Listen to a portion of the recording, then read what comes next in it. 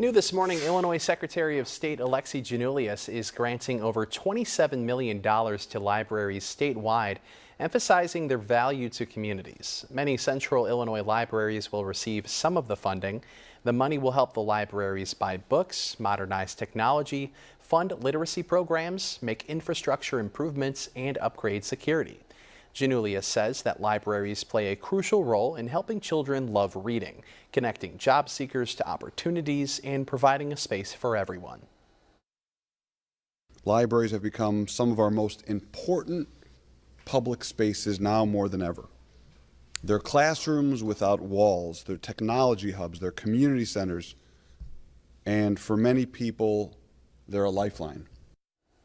Giannoulias says that access to library resources should not depend on local property taxes or zip codes. We'll have a list of central Illinois libraries receiving state grants on our website. And kids at the Peoria Public Library's Lincoln branch got a lesson in both reading and